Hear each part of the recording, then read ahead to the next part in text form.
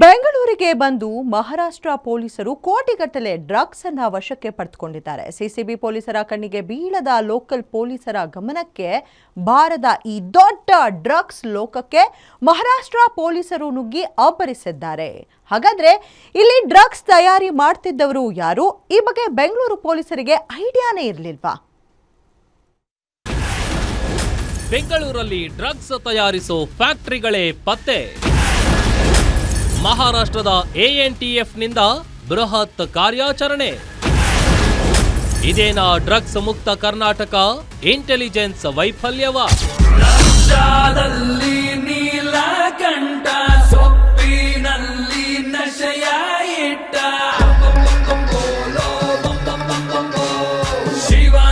ಇನ್ನೇನು ಹೊಸ ವರ್ಷ ಸಮೀಪದಲ್ಲಿದೆ. ಇದು ಡ್ರಗ್ಸ್ ಪೆಡ್ಲರ್ಗಳಿಗೆ ಹಬ್ಬದ ಸೀಸನ್ ಅಂದ್ರೆ ತಪ್ಪಾಗೋದಿಲ್ಲ.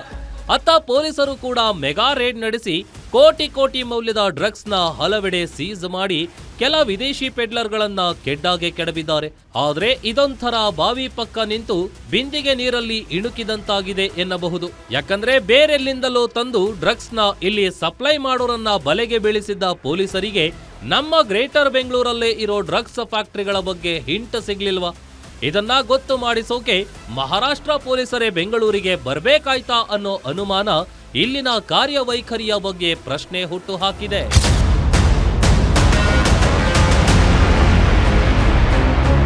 ಎಸ್, ಮಹಾರಾಷ್ಟ್ರದ ANTF ಬೆಂಗಳೂರಲ್ಲಿ ಅಕ್ರಮವಾಗಿ ನಡೆಯುತ್ತಿದ್ದ ಡ್ರಗ್ಸ್ ಫ್ಯಾಕ್ಟರಿಗಳನ್ನ ಸೀಸ್ ಮಾಡಿದ್ದಾರೆ. ರೇಡ್ ವೇಳೆ 55.88 ಕೋಟಿ ರೂಪಾಯಿ ಮೌಲ್ಯದ MD ಸಿಂಥೆಟಿಕ್ ಡ್ರಗ್ಸ್ ಸೀಸ್ ಮಾಡಿದ್ದಾರೆ. ಕೋಟಿ ಮೌಲ್ಯದ ಡ್ರಗ್ಸ್ ಜೊತೆ 4 ಆರೋಪಿಗಳನ್ನ ಬಂಧಿಸಿದ್ದಾರೆ. ಬೆಂಗಳೂರಿನಲ್ಲಿ ಒಟ್ಟು 3 ಕಡೆ ಇದ್ದ ಡ್ರಗ್ಸ್ ಫ್ಯಾಕ್ಟರಿಗಳನ್ನ ಸೀಸ್ ಮಾಡಿದ್ದಾರೆ. ಇದರ ಮೂಲ ಪತ್ತೆ ಮಾಡಿದ್ದು ಮುಂಬೈ ಪೊಲೀಸರು. ಇತ್ತೀಚೆಗೆ 1.5 ಕೋಟಿ ರೂಪಾಯಿ ಮೌಲ್ಯದ ಡ್ರಗ್ಸ್ ಸೀಸ್ ಆಗಿತ್ತು. ಅಲ್ಲಿ ಅಬ್ದುಲ್ಲಾ ಖಾದರ್ ಶೇಖ್ ಎಂಬಾತನ ಬಂಧನವಾಗಿತ್ತು. ನಂತರ ವಿಚಾರಣೆ ಬಳಿಕ ಬೆಳಗಾವಿಯ ಪ್ರಶಾಂತ್ ಯಲ್ಲಪ್ಪ ಪಾಟೀಲ್ ಎಂಬಾತನನ್ನು ಬಂಧಿಸಿದ್ರು. ಪಾಟೀಲ್ ಮಾಹಿತಿ ಮೇರೆಗೆ ಬೆಂಗಳೂರಿನ 3 ಕಡೆ ದಾಳಿ ಮಾಡಿ ಕೋಟಿಗಟ್ಟಲೆ ಮೌಲ್ಯದ 4.1 ಕೆಜಿ ಘನ MD ಮತ್ತು 17 ಕೆಜಿ ದ್ರವ MD ಸೇರಿದಂತೆ ಒಟ್ಟು 21.4 ಕೆಜಿ ಡ್ರಗ್ಸ್ ವಶಕ್ಕೆ ಪಡೆದುಕೊಂಡಿದ್ದಾರೆ.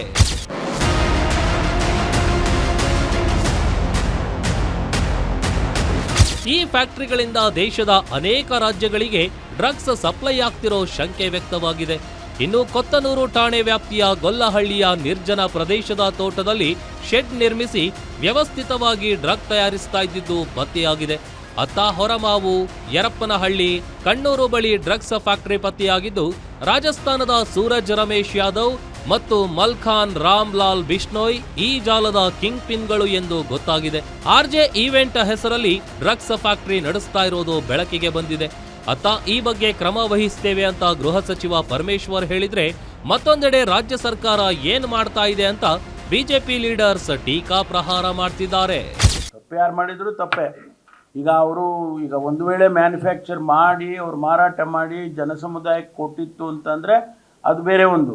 ಆದರೆ ಇವರು ತರುವಾಗಲೇ ಹೌದು ಅವ್ರು ಮಾಡುವಾಗ ಹಿಡಿಯೋರು ನಮ್ಮವರು.